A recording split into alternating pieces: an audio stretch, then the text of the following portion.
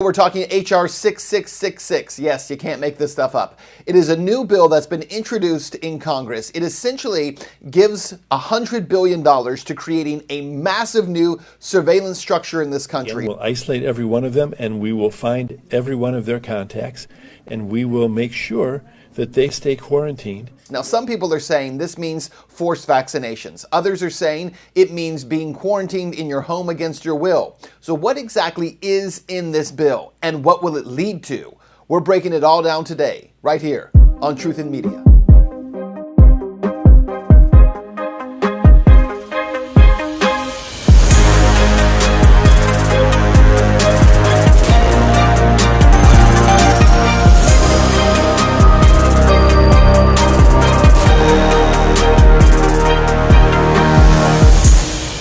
Welcome to the show. So many of you have reached out to me asking me to do a piece on this H.R. 6666. You can't even say that without shaking your head. Were all the other numbers taken, really, in Congress? There's no other number you could have used?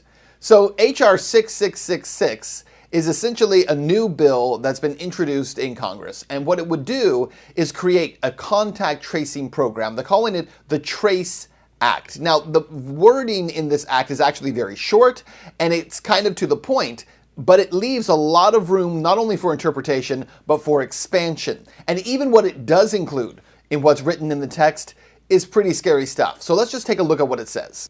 To authorize the Secretary of Health and Human Services to award grants to eligible entities to conduct diagnostic testing for COVID-19 and related activities, such as contact tracing through mobile health units and as necessary at individuals' residences and for other purposes. Now, when you read this bill, it essentially sounds like $100 billion is going to be awarded to HHS, to be passed down through the CDC, and then to be awarded to community groups to essentially carry out what's called contact tracing. The Secretary of Health and Human Services, acting through the Director of the Centers for Disease Control and Prevention, may award grants to eligible entities to conduct diagnostic testing for COVID-19, to trace and monitor the contacts of infected individuals, and to support the quarantine of those contacts through mobile health units, and as necessary testing individuals and providing individuals with services related to testing and quarantine at their residences. So here's how contact tracing would work.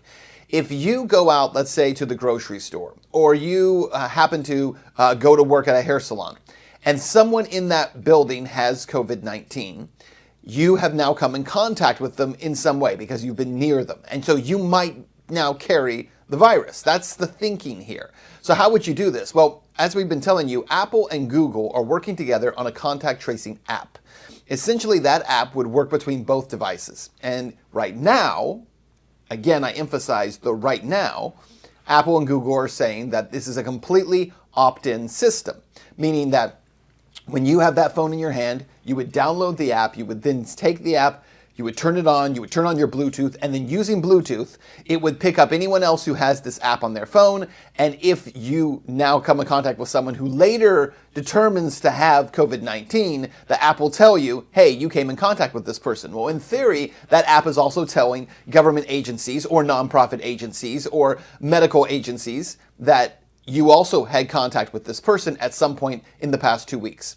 So under this theory, your mobile phone, your cellular phone, is being used to essentially track your movements as well as the people around you, and then determine whether or not you are now a danger to the public because you came in contact with this person.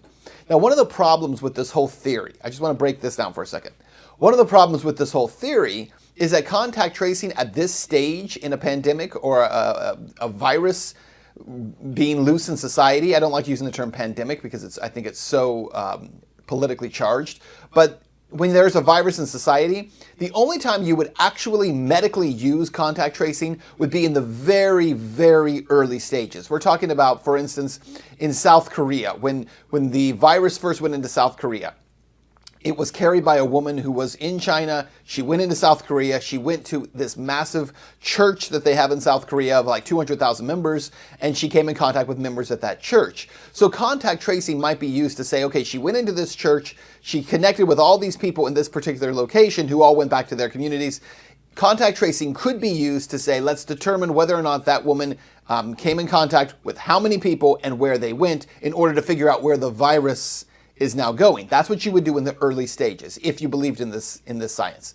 However, at the stage that we're at in the United States, contact tracing is completely useless because we have, number one, a massive amount of the population that's already been exposed to the disease. Because we don't do testing and instead we're trying to do tracing, we don't even know how many people have the disease. That's first. Second of all, it also doesn't make sense because we know that people in pretty much every state have had some form of exposure to the virus. And what we have found through the few tests that have been done on this, the few bits of data that we've collected from the study that was done at USC or the doctors in Bakersfield, California, what we know is that a larger portion of the population has antibodies already in their system than we had thought. So once people in the population have antibodies in their system, contact tracing is pointless.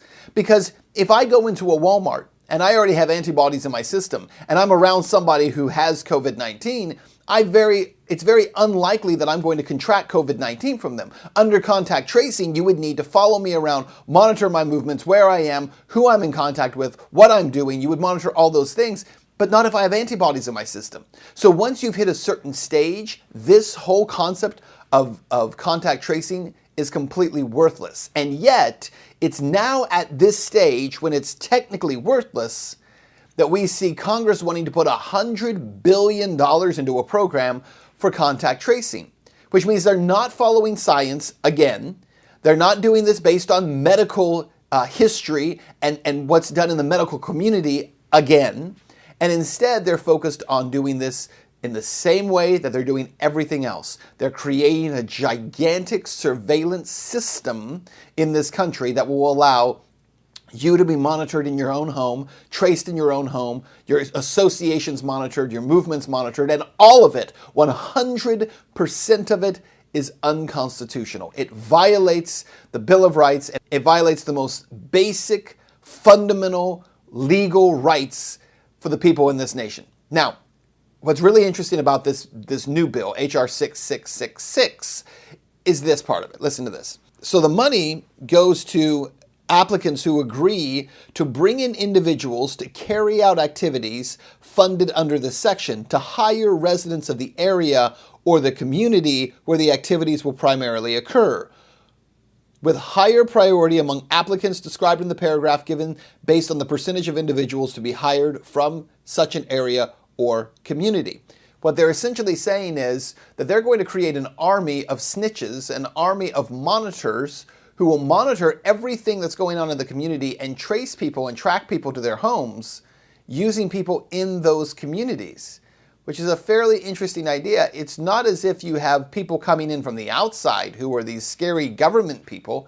It's people you're around every single day in your own communities. And where will you find these people? Listen to this. The eligible entities where these people can be found, or the organizations that can be funded to carry out this work, include a federally qualified health center, a school-based health clinic, a disproportionate share hospital, an academic medical center, a nonprofit organization, including any such faith-based organization. So your churches, your synagogues, your mosques, all of them would be used as contact tracing recruitment centers where the people in those churches or those organizations themselves would be monitoring the communities.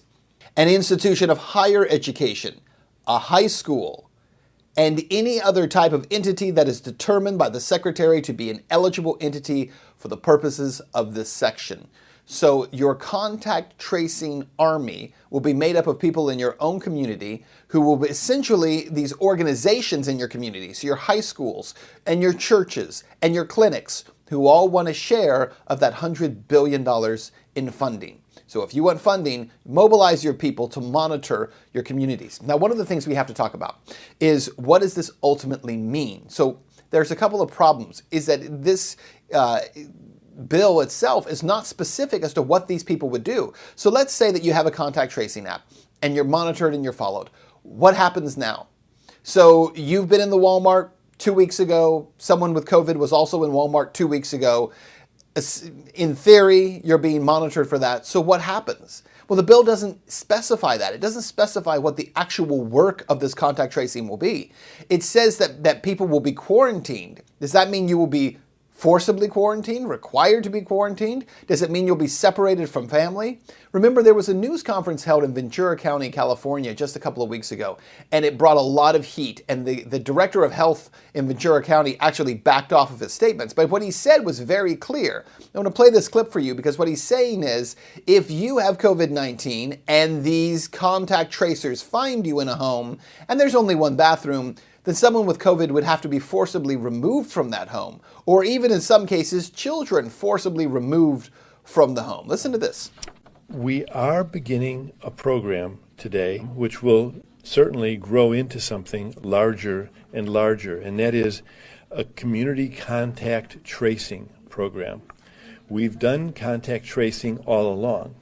That a contact is a person who's been exposed to someone that we document to have the COVID infection. When we find someone who has a COVID infection, those people are immediately isolated. But we also work with them to figure out who their contacts were. But the purpose of this program is to bring on people. We may bring on up to 50 or even more as the program grows and as we see the needs for it. As we do more testing, we will find more and more people who have COVID-19, and again, we'll isolate every one of them, and we will find every one of their contacts, and we will make sure that they stay quarantined, and we'll check in with them every day. We're going to do a more complete job, and we're going to do a more meticulous job of making it less and less possible for others in the county to run into someone with COVID-19 infection. It's not just our county. There are going to be thousands of people hired who will be these contact investigators throughout the state. And this is occurring in many, many other states as well, perhaps all of the states in our country.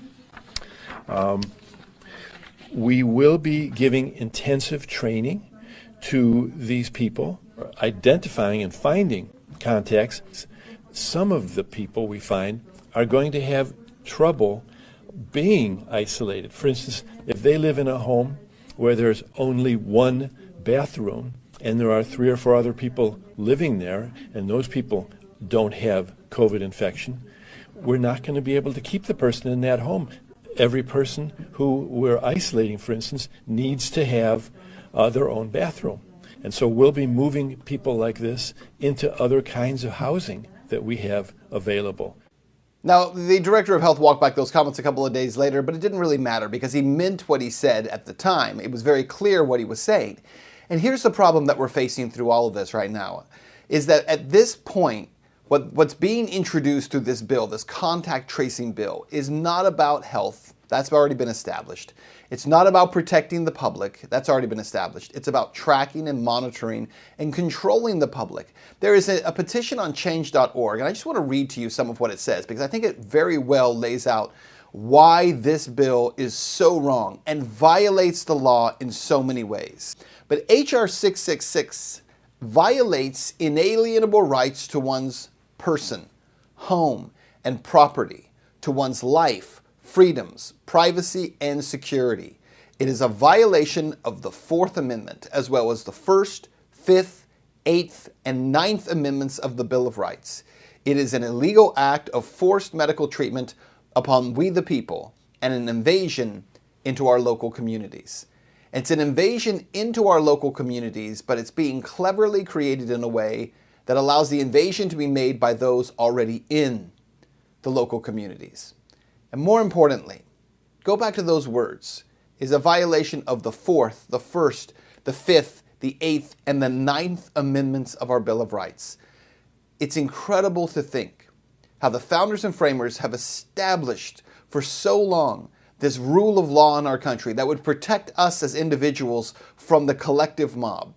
And all of that has been for so long being wiped away. But in this moment that we're in now, it is being finished off with bills that are being pushed forward with this idea that it's just for the protection of the community, when so clearly, it is not.